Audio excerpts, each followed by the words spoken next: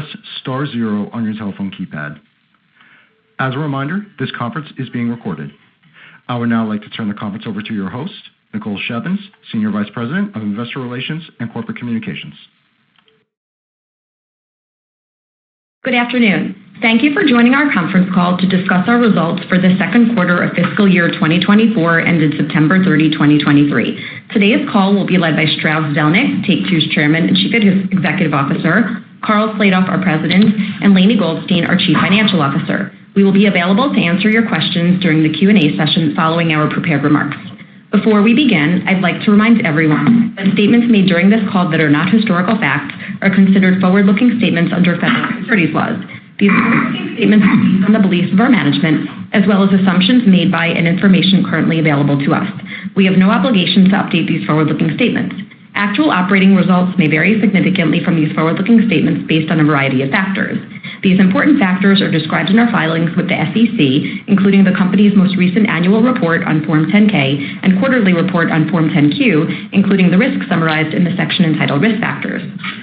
I'd also like to note that, unless otherwise stated, all numbers we will be discussing today are GAAP and all comparisons are year-over-year. Additional details regarding our actual results and outlook are contained in our press release, including the items that our management uses internally to adjust our GAAP financial results in order to evaluate our operating performance. Our press release also contains a reconciliation of any non-GAAP financial measure to the most comparable GAAP measure. We posted to our website a slide deck that visually presents our results and financial outlook. Our press release and filings with the SEC may be obtained from our website at TakeTwoGames.com. And now I'll turn the call over to Strauss. Thanks, Nicole. Good afternoon, and thank you for joining us today.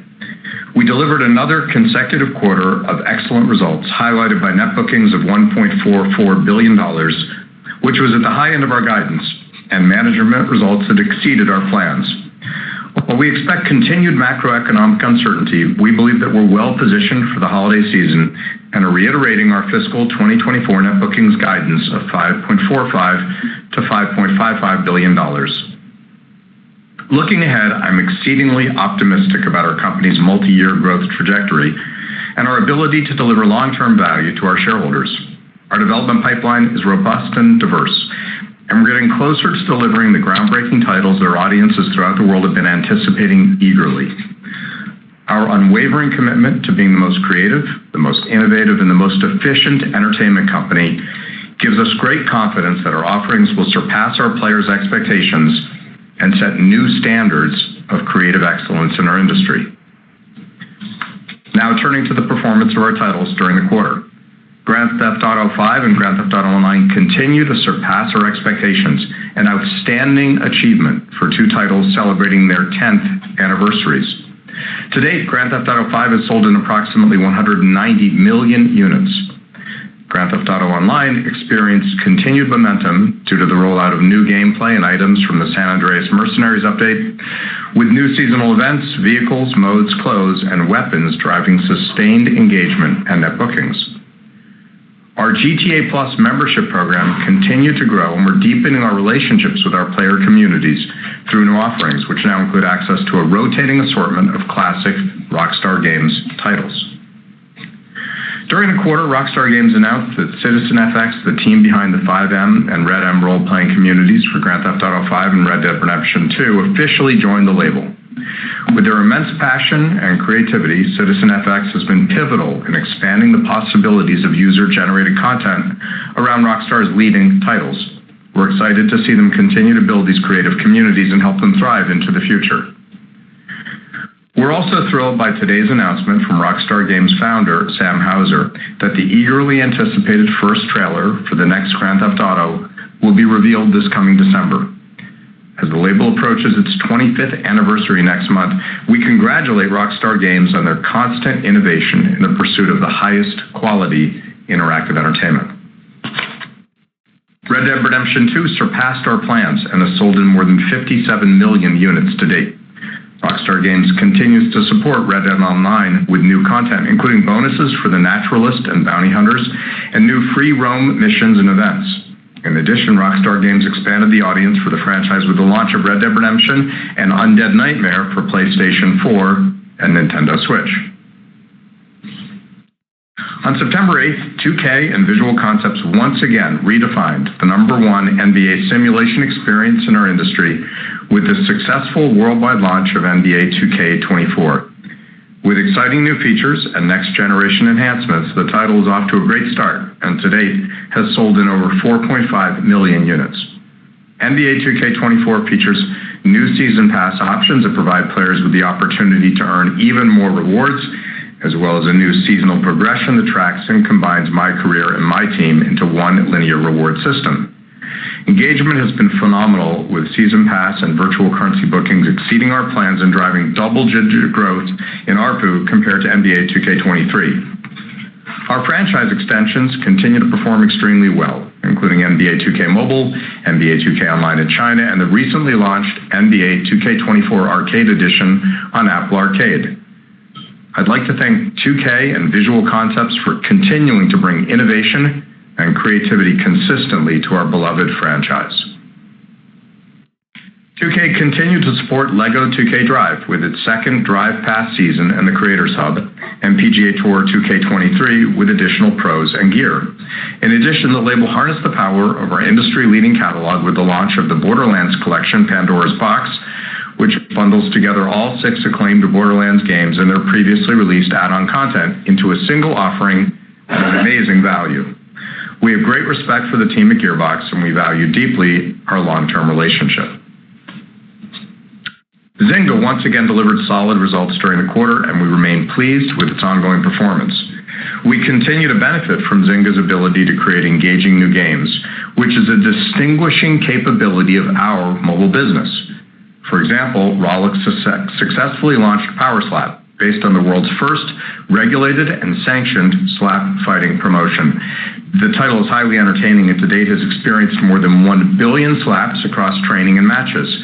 With the launch of this new mobile game, Rollic has now had 22 titles reach the #1 or 2 spot in the US Apple App Store. We'd like to thank the entire team over at TKO, including Ari Emanuel and Dana White, for their strong partnership, as well as our colleagues at Rollic, who created this title from inception to release in just 8 weeks. Zynga also recently launched Top Troops and Match Factory, both of which delivered excellent KPIs in soft launch and appear to have strong long-term potential for our portfolio. And Star Wars Hunters continues to hit important milestones as we approach its planned release date in calendar 2024. Carl will discuss these titles in greater detail. Other highlights from our mobile business this quarter include our advertising bookings grew year over year, driven by the addition of Popcore, contributions from strategic partnerships, and our efforts to increase ad inventory in many live games. We continue to make excellent progress in our profitability initiatives, including expanding the number of mobile games that leverage our direct-to-consumer platform.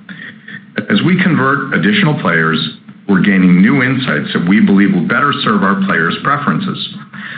We remain optimistic that over the next few years, most of our mobile games will leverage this highly accretive owned distribution channel. In addition, we continue to enhance the profitability and performance of our hyper-casual business, with multiple new games scaling rapidly and several games generating revenue from in-app purchases in addition to ads. Our live games portfolio also continued to deliver. Social Casino maintained steady performance coming off a great first quarter, driven by new bold beat features, which drove strong results, particularly in Zynga Poker.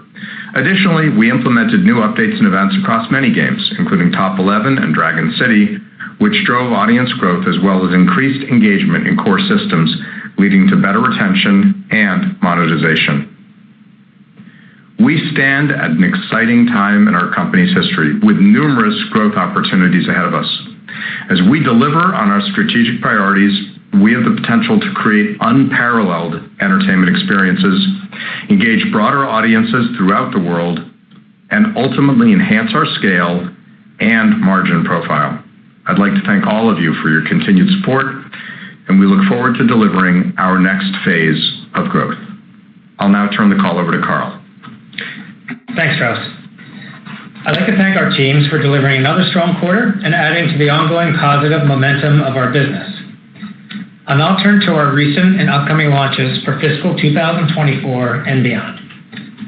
On October 3rd, Zynga's Social Point Studio successfully launched Top Troops, a new mobile game that blends strategy, RPG, and merge mechanics to create a thrilling medieval fantasy adventure of combat and conquest. This marked the studio's first worldwide launch under Zynga following our combination last year. The game has seen positive player reception with an average rating of 4.38 on Google Play and 4.5 on the Apple App Store. Engagement has also been fantastic, with over 2 million hours played and over 70 million battles fought since its worldwide launch date. 2K and Gearbox Software expanded the audience of our beloved Borderlands franchise with the October 6th release of Borderlands 3 Ultimate Edition for Nintendo Switch. The game now allows players to make some mayhem at home or on the go in a thrilling high-stakes adventure filled with genre-defining shooter-looter action. On October 20th, 2K and Visual Concepts launched the WWE 2K23 Bad Bunny Edition across all platforms. Global phenomenon Bad Bunny is featured on the cover of the edition, which also includes a new playable version of his in-game character wearing the apparel that he wore at WWE's Backlash 2023 live event. Zynga's Peak Game Studio, the makers of Toon Blast and Toy Blast, released Match Factory, a new puzzle game for mobile where players connect identical items, sort tiles, and clear the board in a mesmerizing 3D environment. In soft launch, we observed strong engagement and monetization metrics, as well as very positive player response as indicated by App Store review scores, which gives us optimism about the long-term potential for this new mobile title. Private Division has several exciting releases planned for this fiscal year. On November 28th, Roll7 will release their critically acclaimed and wildly imaginative third-person shooter skater, Rollerdrome, for Xbox Series X and S and PC, as well as Xbox Game Pass for both platforms. Also during the fourth quarter, Evening Star, founded by the industry veterans behind Sonic Mania, will launch Penny's Big Breakaway, a kinetic yo-yo 3D platformer for PlayStation 5, Xbox Series X and S, Nintendo Switch, and PC. 2K and Visual Concepts are hard at work on WWE 2K24, the next installment of our popular wrestling series, which will launch during the fourth quarter. Looking ahead, we continue to see great engagement and feedback from audiences enjoying Star Wars Hunters in soft launch across multiple territories. There are several exciting new elements that we are working hard to get into the game, causing us to move the title's worldwide launch window to calendar 2024. Private Division is working with Weta Workshop on Tales of the Shire, a game set in the Middle-earth universe and inspired by the books of J.R.R. Tolkien.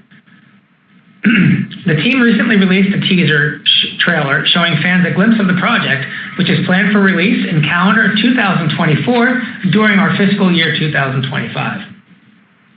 Also, Zynga plans to globally launch Game of Thrones Legends, an all-new RPG puzzle-oriented mobile title. In addition to our full game releases, our labels will continue to provide new content and experiences that drive engagement and recurrent consumer spending across many of our key offerings.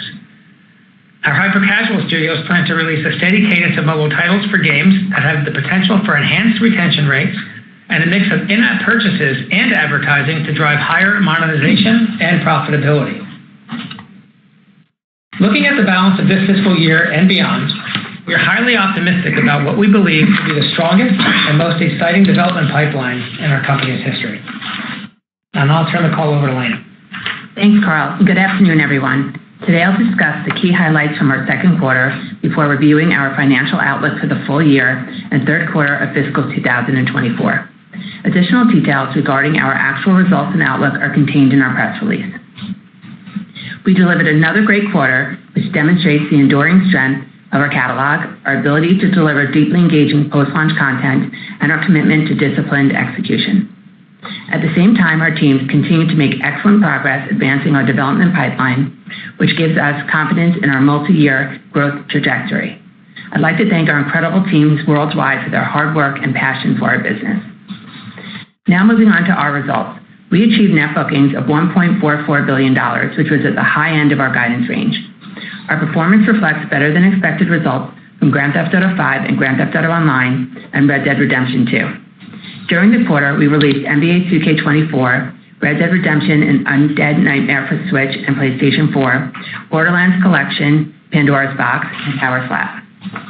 Recurrent consumer spending declined 7% for the period, which was in line with our outlook and accounted for 78% of net bookings.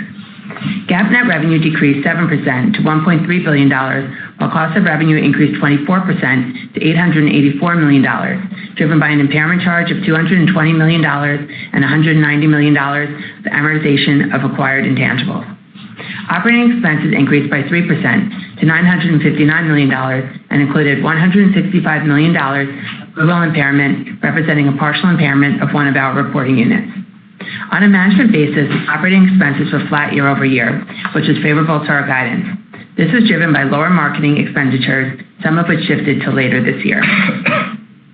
Turning to our guidance, I'll begin with our full fiscal year expectations.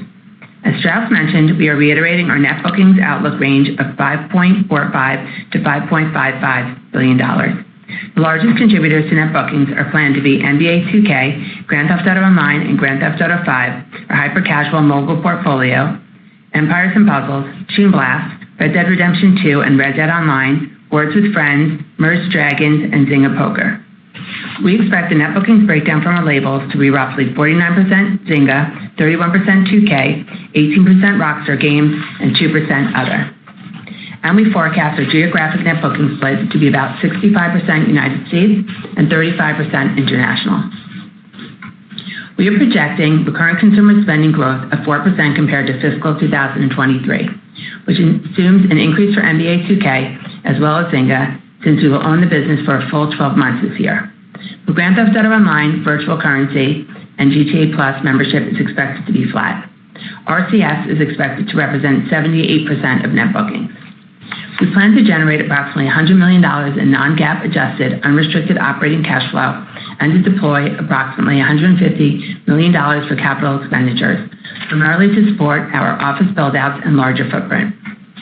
We continue to forecast GAAP net revenue to range from $5.37 to $5.47 billion. Our total operating expenses are now planned to range from $3.53 to $3.55 billion as compared to $3.45 billion last year. On a management basis, we continue to expect operating expense growth of approximately 14% year over year due to a full year of Zynga, an increase in personnel marketing expenses, and higher depreciation of office build-outs and capitalized IT expenses, which are being partially offset by the realization of synergies from our combination with Zynga and savings from our cost reduction program. We remain vigilant in our efforts to optimize our cost structure and reduce discretionary costs where possible, while still investing for growth. Now moving on to our guidance for the fiscal third quarter.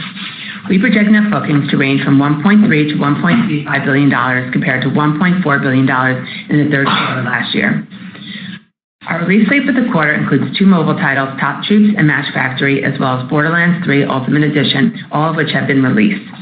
The largest contributors to net bookings are expected to be NBA 2K, Grand Theft Auto Online, and Grand Theft Auto 5, our hyper-casual mobile portfolio, Empires & Puzzles, Toon Blast, Red Dead Redemption 2 and Red Dead Online, Words with Friends, Merged Dragons, and Zynga Poker.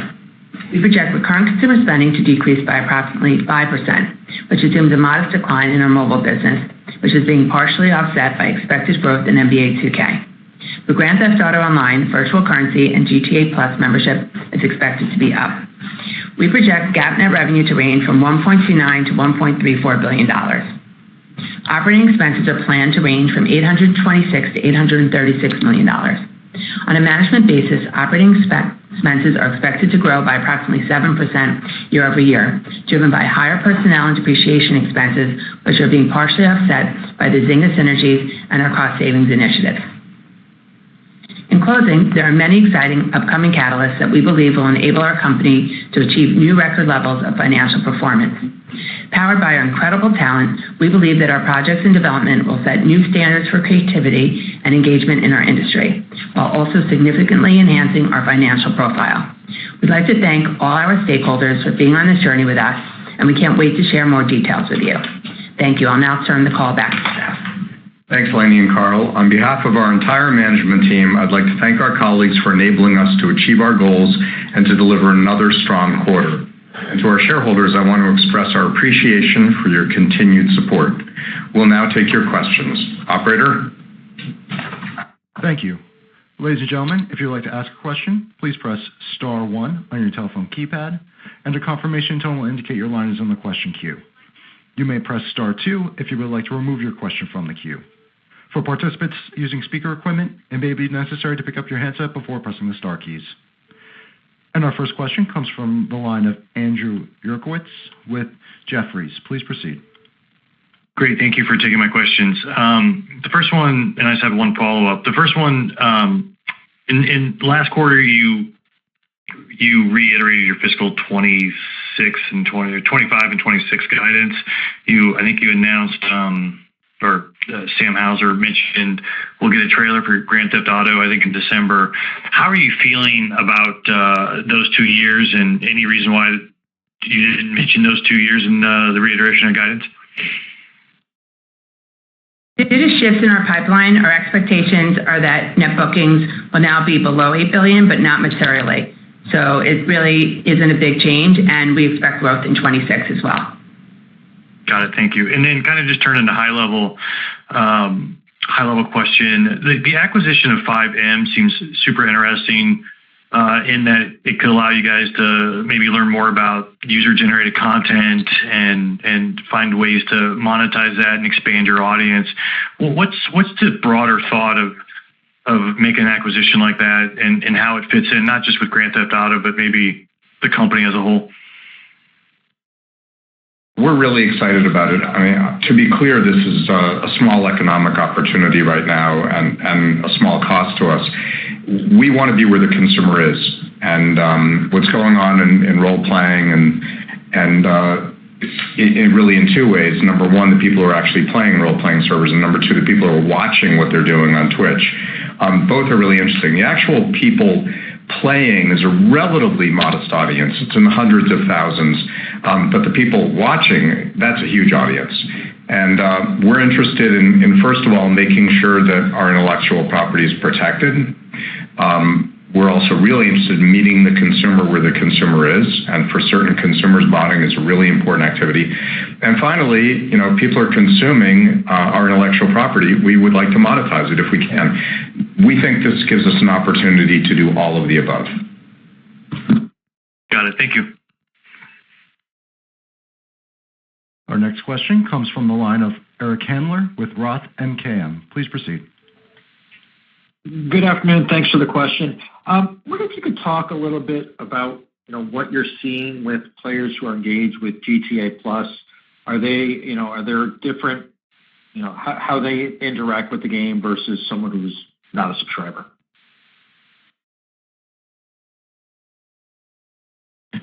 We don't see materially different behavior. We think it's a great addition. We're thrilled to engage with our consumers in this way. It's a learning experience, but it's also gratifying that GTA Plus continues to grow and be more and more relevant to more and more consumers. Great. And then, Lainey, maybe you can just do a quick clarification. At least on a GAAP basis, advertising was down. Is there a difference between GAAP revenue for advertising and advertising bookings?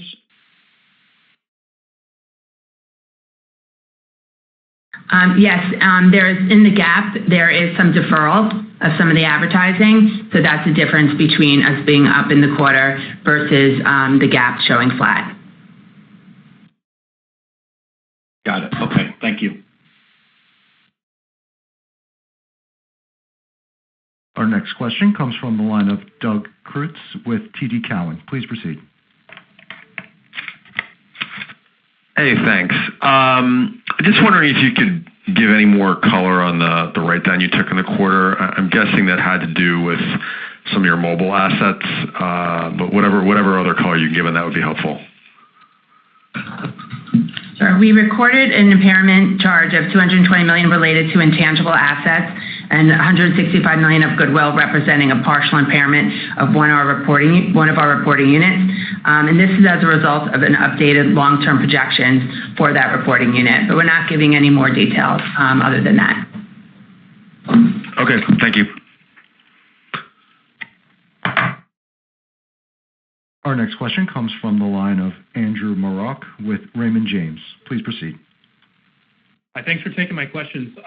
Saw over the last couple of weeks and months that trying out some different additions of content for GTA Plus subs, thinking about the trilogy in particular.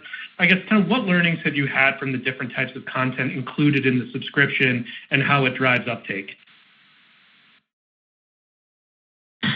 That's the kind of detail that we typically leave to our labels, so we probably don't have much more to add today except what I said earlier, which is we're thrilled that Rockstar is offering a subscription to avid consumers, and we think it bodes really well for the future.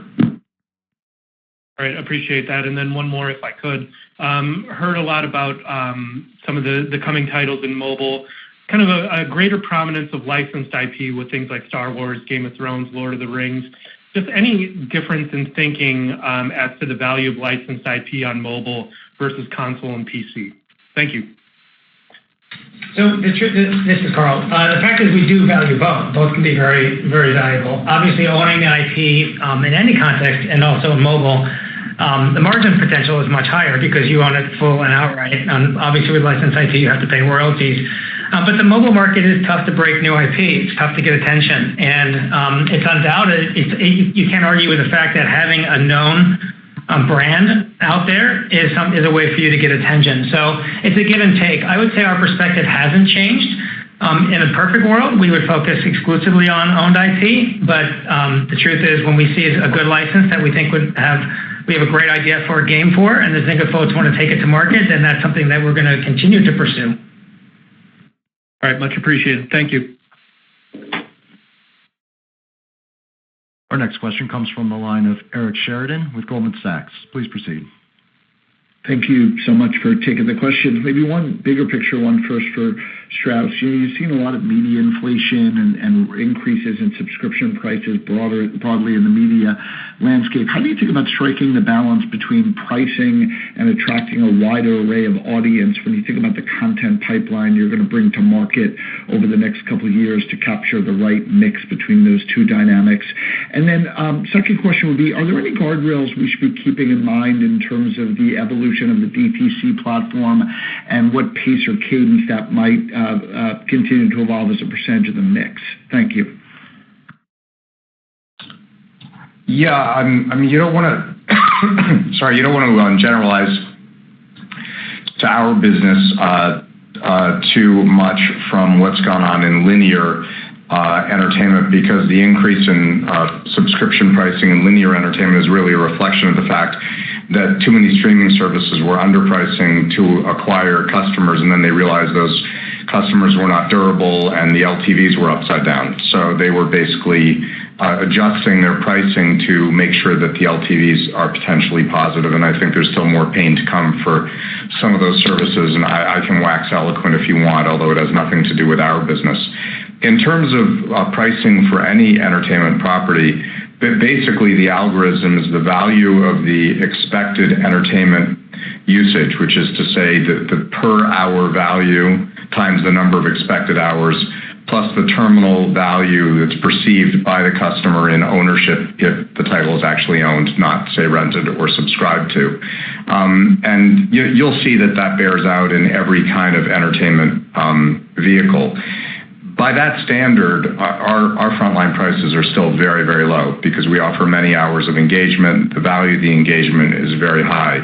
I think the industry as a whole offers a terrific price to value opportunity for consumers. That doesn't necessarily mean that the industry has pricing power or wants to have pricing power. However, there is a great deal of value offered. And look, it's our strategy here to deliver much more value than what we charge consumers. It's always been our strategy here. We want to make sure the experience is first class. And the nature of the experience is not just the quality of what we offer, it's also what you pay for it. Everyone knows that anecdotally. So that's how we look at it. There have been precious few price increases in the business. The price increase, for example, to $70 for certain frontline products was the first price increase in many years after many generations. So again, I think we offer a terrific value to consumers. On the second question, Regarding the direct-to-consumer platform, we think there continues to be a great deal of upside there, again, for consumers and also for our margins. It's still a relatively small part of our business. There's a great opportunity for growth. To be clear, we will always work with third-party retailers. We want to be where the consumer is. We value our third-party retailer relationships. They do provide marketing support. That's important to us. There are times when consumers want to have a direct relationship. We can do both. We can do all the above. It is not our strategy to bring everything in-house. Great. Thank you. Our next question comes from the line of Drew Crum with Stifel. Please proceed. Okay, thanks. Hey, guys, good afternoon. So, Strauss, you mentioned that the business is well positioned for the holiday season. What's driving that confidence, and how would you assess the health of your consumer? And then separately, I know it's just a subtle change to RCS, but what's behind the adjustment to that figure for the second half, given your fiscal 2Q is in line? It looks like, just based on the commentary around the net bookings mix at Zynga, but just want to confirm that. Thanks. So, speaking to the confidence of our holiday season, I think it's the strength of our catalog and the strength of our products, and a lot of our releases are must-have releases. And anytime you're heading into a holiday season, I think everyone around the table and on the phone is hopeful that we're going to have a very strong hardware season this year. We do have a lot of titles that we think are sort of go-to titles for people to engage with. So, we're also riffing off of the results that we've had to date, which are very strong. So the momentum feels positive. We've got a great lineup in place, and it looks like it's going to be a pretty good holiday season from a consumer perspective, particularly in the gaming space. And for the RCS, the main driver is the reduction in Zynga's business for the remainder of the year. So we forecasted some of our titles, including a more muted expectation for the holiday based on the current trends. And we're also continuing to focus on profitability and hyper-casual, which is reducing our top line, but enhancing our margins. And then there's also some shifts in the pipeline, including Star Wars Hunters.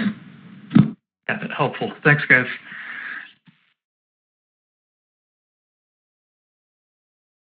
Our next question comes from the line of Omar Dessouky with Bank of America. Please proceed. Hi, thanks so much for taking the question. I just wanted to get a little bit of clarification on what you said about shifts in your pipeline causing your fiscal 25 guide to be not materially below $8 billion. Is that because of shifts in your very largest AAA games in the pipeline, your smaller AAA games in the pipeline, or your mobile games? If you could provide some clarity on that, I'd appreciate it. Then I have a follow-up. Thanks. Yeah, we haven't even issued initial guidance for the year. We do that in the spring of the new year, and that's when we'll give a lot more specificity around the release schedule. However, I want to reiterate, we are going to be shy of $8 billion in fiscal 25, but not materially so. Okay. All right. No problem. So then the other question is, obviously super happy to see Sam Houser's message about the Grand Theft Auto 6, next Grand Theft Auto trailer coming soon. On September 26th, the SAG-AFTRA voted to approve strike authorization for video game performers covered under the union's interactive media agreement. Now, they haven't actually striked yet, but there are negotiations, and I wanted to know whether, if voice actors and motion capture actors were to go on strike, would it slow down the production of the next Grand Theft Auto at Rockstar? Does Rockstar have the type of employment contracts that would allow the workers, the actors, to work through a strike? Negotiations are expected to resume next week. We're optimistic. We value all of our talent greatly, and we value excellent labor relations, and we're looking forward to reaching an agreement that serves everyone well. That's always been my approach. I've been involved with labor negotiations in every entertainment industry there is in my career, and they've always worked out just fine. In the event that they don't work out just fine, now we are completely protected. Thank you. Our next question comes from the line of Mike Hickey with Benchmark. Please proceed. Hey, Strauss, Carlini, Nicole, great quarter, guys. Thanks for taking my questions. Two questions. The first one, Strauss, I'd be curious sort of your updated thoughts on AI here. It seems like the technology is, at least the unlock here, is accelerating, and some of the use cases that we're seeing in terms of product and productivity seem fairly remarkable. So just curious what you're thinking there, if that's different or not. And then the second question, on the trailer in early December, curious what sort of impact you think that might have on other Rockstar catalog product. Obviously, it's already been strong. I'm curious if that would be a catalyst boost for your catalog. And then curious on Grand Theft Auto Online, what the sort of the strategic value of that live service, given the vitality it has into the release of GTA Next. Obviously, that's a setup you haven't experienced before. Thanks, guys. Thank you, Mike. Look, we've been in the AI business since the dawn of this industry. Our entertainment properties are created largely in and by computers, and we value tools, and we create those tools internally, and we license external tools as well. And the new developments in AI are really exciting, and I've said publicly and repeatedly that I believe that they'll help create efficiency and in certain instances allow us to do things we haven't been able to do before. But it's going to allow that for our competitors as well. So I think the tool sets that come out of these recent developments will be commoditized quickly, and the efficiency that we see, others will see.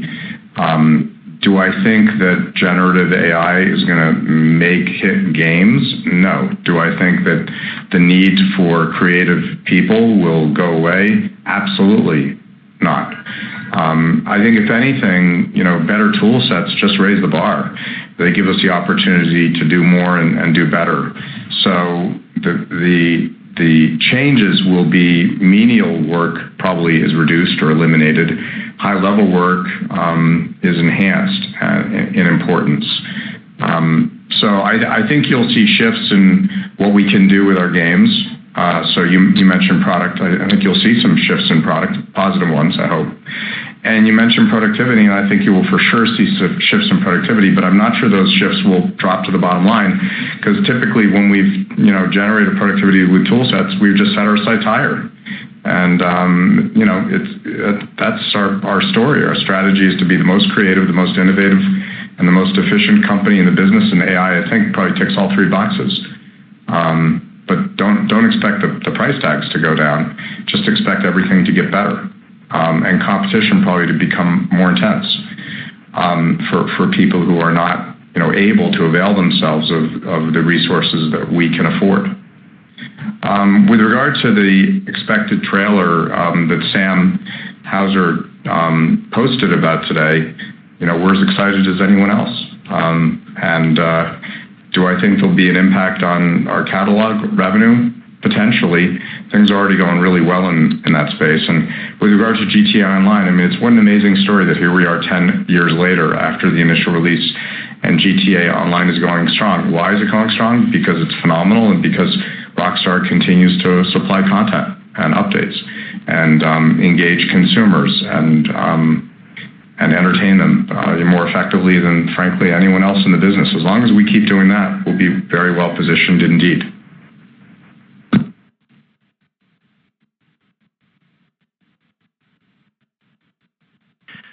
Ladies and gentlemen, as a reminder, if you would like to ask a question, please press star 1 on your telephone keypad. And our next question comes from the line of Clay Griffin with MoffettNathanson. Please proceed.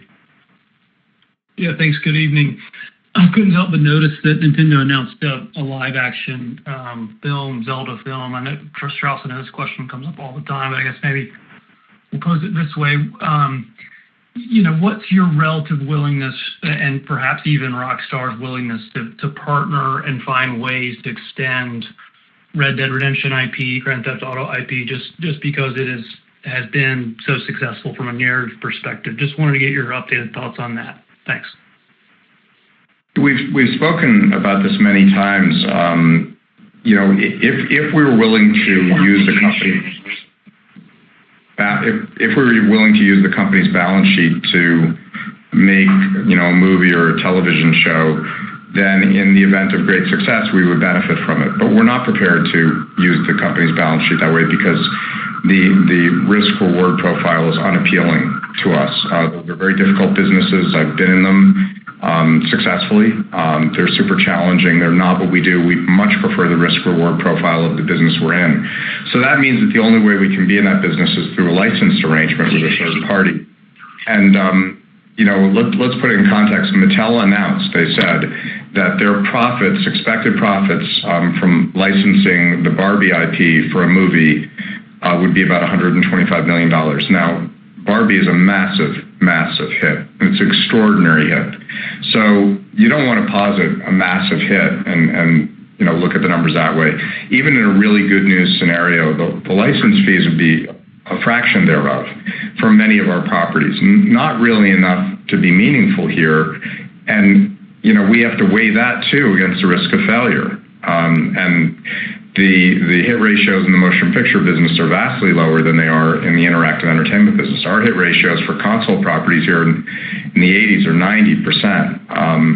The hit ratio for a well-run movie studio is around 30%, which is to say there's a 70% chance that, the movie that we license could fail. And so in success, the number, in terms of the benefit to our bottom line it's not de minimis, it's not zero, but it's not really material to what we do around here. And in failure, we run the risk of compromising the underlying intellectual property. So it's a high bar. We have licensed 2 properties. We've licensed Borderlands to Lionsgate, it's a picture coming. We've licensed BioShock. We're looking forward to that as well. And we have other titles in discussions, and not anything ready to announce. But we're going to be very, very selective and very careful. Makes sense. Thanks.